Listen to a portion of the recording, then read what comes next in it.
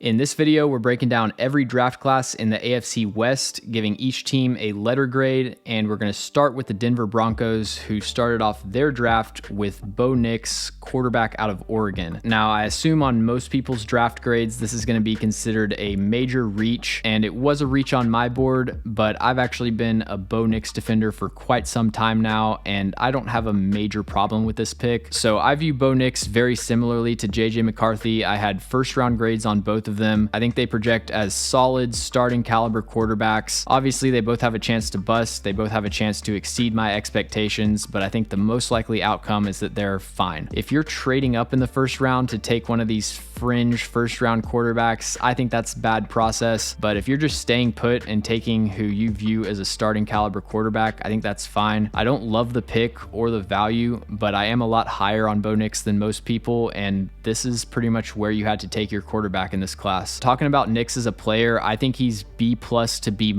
pretty much across the board. He's got a good arm, I would say above average accuracy. He's a pretty good processor. He knows where he's supposed to go with his eyes and the football. He's willing to attack tight windows over the middle of the field. It does seem like he's overcorrected a little bit from his Auburn days, and he's a little bit too eager to get to his check down. He does a great job protecting the football. He only had 3 interceptions this past season and 5 turnover-worthy plays. The only time I saw decision-making as a real issue for Bo Nix was in the red zone within the 5-yard line. When he would roll out of the pocket, he would just make some terrible decisions and chuck prayers into triple coverage in the end zone. But again, that only happened like 3 times on tape. For the most part, it was very clean decision-making, did a great job protecting the ball. He can make plays out of structure. He does a good job avoiding sacks. When he gets out in open space, he'll manipulate linebackers with his eyes, make some crazy no-look passes on the run. And then he's also an above average athlete. He's got straight line speed. He can change directions in the open field. I get that he's an older player and maybe he doesn't have that trump card A+ trait that you can really hang your hat on. Ideally, you want the traits and skills to be closer to elite than above average, but I just see Bo Nix as a well-rounded, solid quarterback. A little bit early for me. Ideally, they could have traded back into the 20s and still got him there, but taking him in the first round I think is perfectly reasonable. At 76, they get my 76th ranked player, which is Jonah Ellis out of Utah. He's a pass rushing technician, not on the level of Leatu Latu or someone like that, but he's got a good set of moves and he's really quick with his hands. He has a very similar pass rushing strategy to someone like Alex Highsmith in Pittsburgh. His first move is a speed chop or ghost move around the outside shoulder, and then he counters off of that with probably the best inside spin move in this class. I don't think his speed rush is that threatening. His counter move, the inside spin, actually ended up as his primary way of winning in college. And then he'll use speed to power, but at 248 pounds, he just doesn't generate a whole lot of knockback. He ran a 6.69 3-cone, which is above 99th percentile, and had some pretty good athletic testing outside of that. On tape, I saw more of an average athlete, so I just felt like the upside was kind of limited, especially at his size. But if he can add some weight and continue to master his hand usage, he has the baseline athletic traits at least to be a productive pass rusher. And then they get Troy Franklin at 102. He was a surprise faller. I always felt like the first round talk was kind of ridiculous, but in the second or third round, I felt like that was more appropriate value. Unless there's an injury concern, I think it's just a 176-pound receiver that struggles to play through contact, has drop issues, and struggles to win at the catch point. I can understand NFL teams being hesitant about that. He has really good speed. He will struggle at times with physical press corners if they can get their hands on him, but he's really skilled with his footwork and his releases to keep corners off balance. I think he is kind of a one-dimensional player. I don't see him as ever being this elite route runner, but as a deep threat, I think he can be productive, and getting him outside of the top 100, I'm a big fan of that. And then another pick that I viewed as a steal is Chris Abrams-Draine, cornerback out of Missouri. To me, he's like the Kyron Williams of cornerback prospects.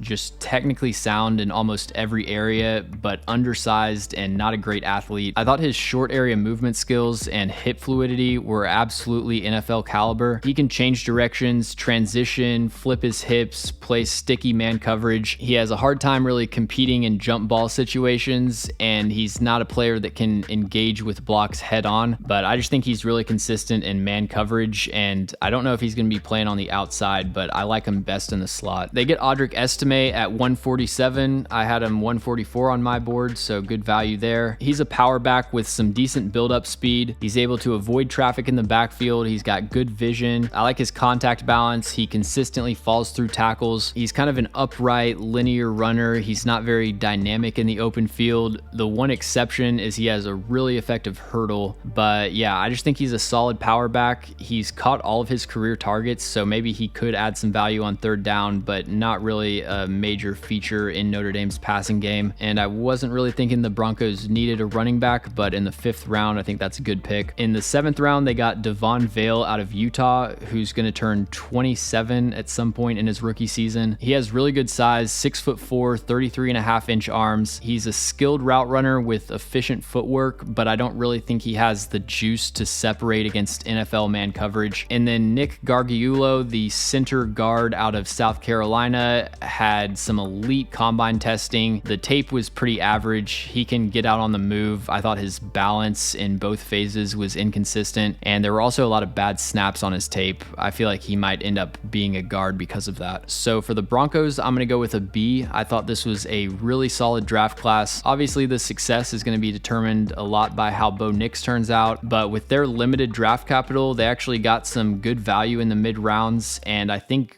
came out with about as good of a haul as you could have expected. Moving on to the Kansas City Chiefs, who I thought also had a really good draft. Their 1st round pick, Xavier Worthy, they took at pick 28. He was my 28th ranked player. Obviously, he ran the 4.21, so he's got the elite straight line speed, but what's most impressive about Xavier Worthy as a player is his start-stop fluidity and his ability to change directions. He has the joystick change of direction skills of a player like Zay Flowers, who I think is a much closer comp for Xavier Worthy. He's a receiver that can win over the top, and his speed alone is going to create a lot of soft coverage opportunities, but where he's really going to eat is by accelerating down the field, getting the corner to bail, lean back on his heels, and then in the blink of an eye, he can snap that off to a comeback or a deep out. A lot of people are looking at Xavier Worthy as just a big play deep threat, and he can do that, but I think where he's really going to add value is by giving Patrick Mahomes a consistent separator. He's very ineffective on contested targets. I don't trust him to win through physicality at the catch point. He's not a great run blocker. He's had a fumble each of the last 3 seasons. There are some flaws in his game, but I like the player and I like the fit. At 63, they got BYU tackle Kingsley Suamataia. I thought this was a bit of a reach, but I'm not going to kill these teams for reaching on offensive tackle because that's kind of what everyone ended up having to do. He's a massive player. He's got good straight line athleticism for his size, but I think he is far away from being an NFL-ready tackle prospect. He needs major work with his hand usage. He just got attacked by inside counters, and he was honestly one of the worst run-blocking offensive linemen that I evaluated. He doesn't look like he knows what he's supposed to do on a reach block. He just kind of runs in their general direction, and the biggest problem with Kingsley is just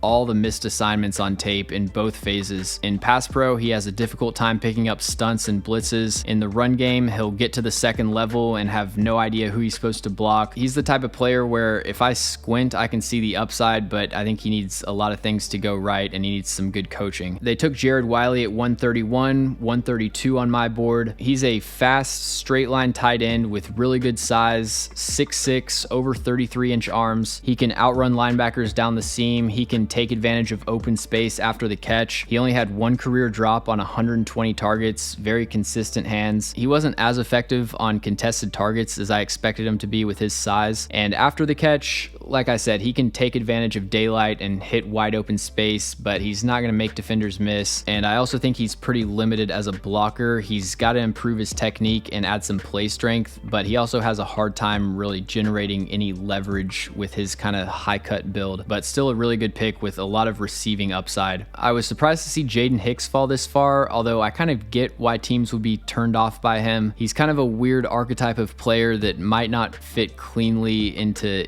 any position on a lot of teams' defenses, but he's big and fast and he's got outstanding ball skills. He's physical and aggressive in run support. I think if he's put in some sort of hybrid safety linebacker role where he's just got to cover people in a straight line and run to the football, I think he can have a lot of success. He's got to clean up the missed tackles. Out of the top safeties, he's one of the worst tacklers in this class. I don't think he has the change of direction skills to be great in man coverage, and his zone coverage instincts need some development. but I thought the upside with Jaden Hicks was worth betting on earlier, especially for a young player, and it's outstanding value to get him in the 4th round. I also thought Penn State center Hunter Norzad was a steal. He has probably the best anchor of any center in this class, and it makes sense because he's 317 pounds with massive hands. He has a really stiff punch in pass pro. He's got a ton of experience across all 5 offensive line spots, and he can generate power in the run game as well. His main limitation is foot speed, sliding across the pocket, and pass protection. They got Tennessee defensive back Kamal Haddon in the 6th round. Really interesting player. His tape this past season was outstanding. He had 3 interceptions, 6 pass breakups, only allowed 96 yards in 7 games, but he did have a season-ending shoulder injury in week 8. I don't know where they're going to play him. I like Kamal Haddon best at safety, actually. I just don't think he has the speed to hold up on the outside, but he has really good ball skills. He's got some decent short area burst, and it's weird. He's extremely physical and borderline dominant when it comes to defending screen passes, but in the run game, he's just passive. He'll make some really embarrassing tackle attempts. I don't quite understand the disconnect there because those two things usually go hand in hand, but if he moves to the slot or safety, he's definitely going to have to get more consistent with the effort and run support. And their 7th round pick, CJ Hansen, guard out of Holy Cross, I did not watch. So I'm giving this class a B+.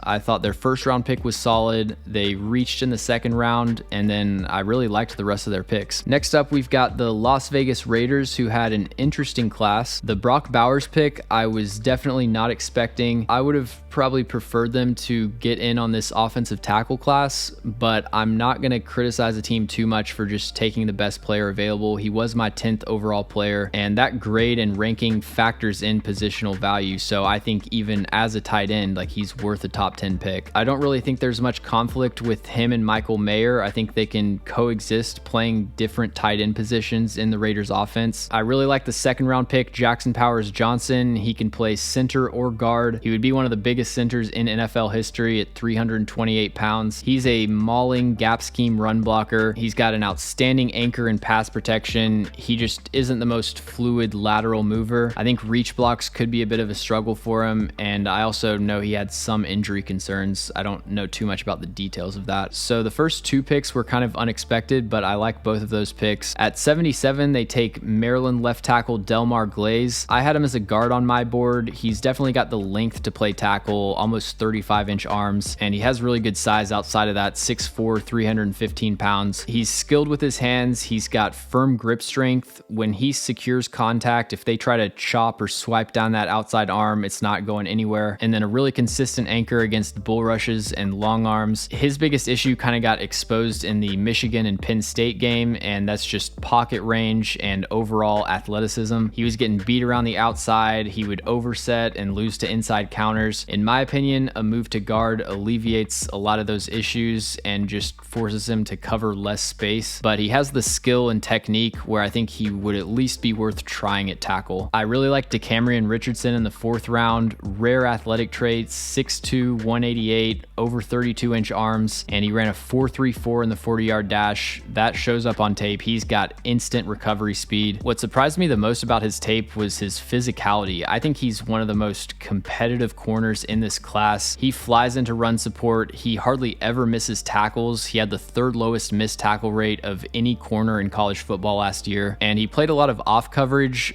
but he was really effective when he did play press. His length gives him such an advantage at the line of scrimmage. The biggest weakness for Richardson is he's just not comfortable playing the ball. He doesn't have really any ball production to speak of, but it's not just looking at the interception total. There are so many plays where he gets targeted, he's in good position to make a play on the ball, and he just can't track it. In the 5th round, they got Ohio State linebacker Tommy Eichenberg. He's a really smart player. For the most part, he's a reliable tackler. I think his coverage upside is pretty limited, and he didn't run a 40-yard dash for a reason. Not ruling it out that he could find a starting role in the NFL, but I do think it's an uphill battle. Their 6th round pick was New Hampshire running back Dylan Laube, one of the better receiving running backs in this class. He ran about as advanced of a route tree as you'll ever see for a running back. He's quick in and out of breaks. He knows how to set up defenders and get them off balance. But for a receiving back, he had a lot more focus drops than I expected. There are some highlight catches where he can run a wheel from the slot and track it over his shoulder, but a lot of just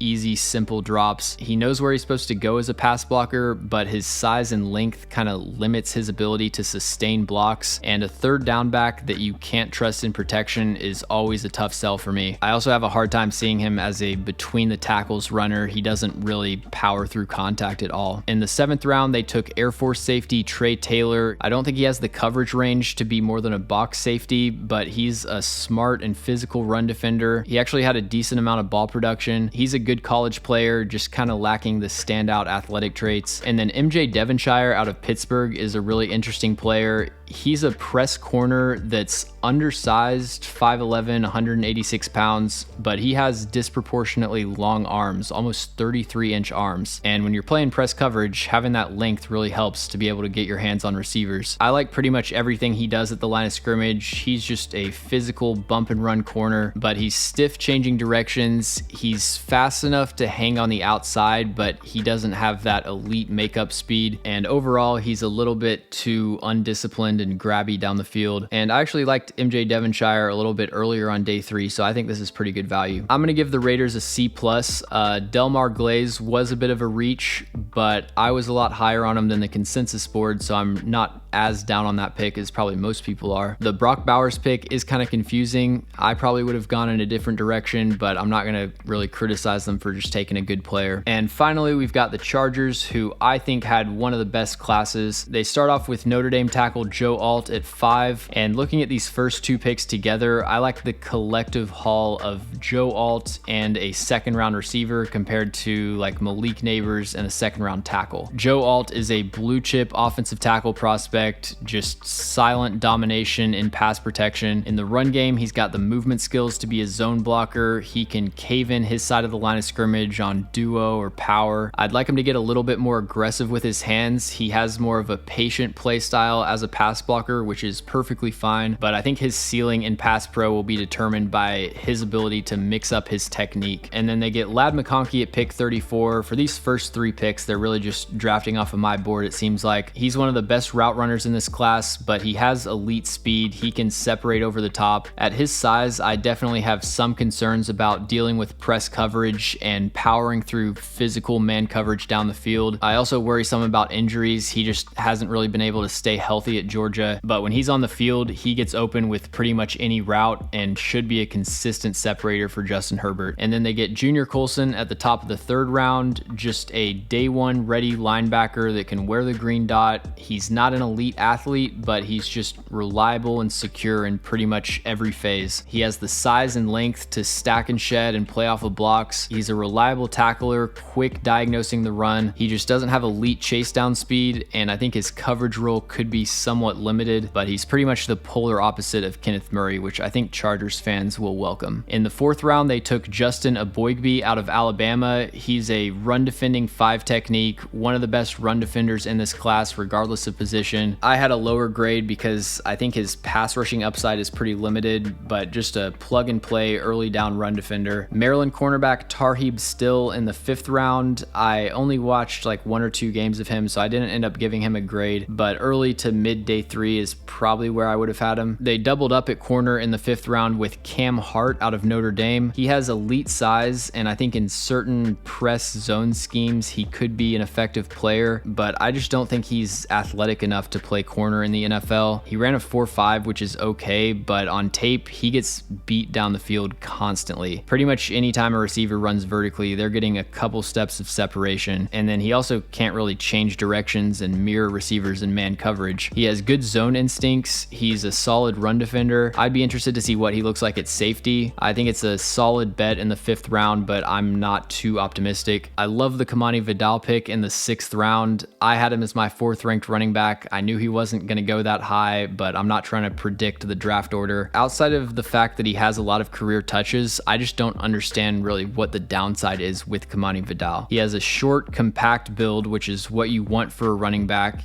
Great contact balance. He can power through tackles. He has breakaway speed. He can outrun pursuit angles. He's the best pass blocker in this class. He didn't have a single drop last season. He has good vision. When the blocking breaks down, he can be creative and reset his path. He isn't the most explosive changing directions, but I love Kamani Vidal as a prospect. I think this was an outstanding pick. And then at the end of the draft, you just take 2 dart throws on bigger receivers. Brendan Rice just isn't that fluid of an athlete. I don't see him really as a high-level separator in the NFL. And Cornelius Johnson has some athletic traits, but just so many drops over the course of his career. As 7th round picks, the unfortunate reality is that they're both probably going to do nothing for their NFL career, but the thought process here makes a lot of sense. I'm going to give this Chargers draft class an A. I only had 2 A's this year. One of them's in the NFC, and compared to some other classes, there maybe weren't as many extreme value picks. I just think outside of Justin Aboigbe, every pick was appropriate value, and they all made perfect sense with where they are in the team building process.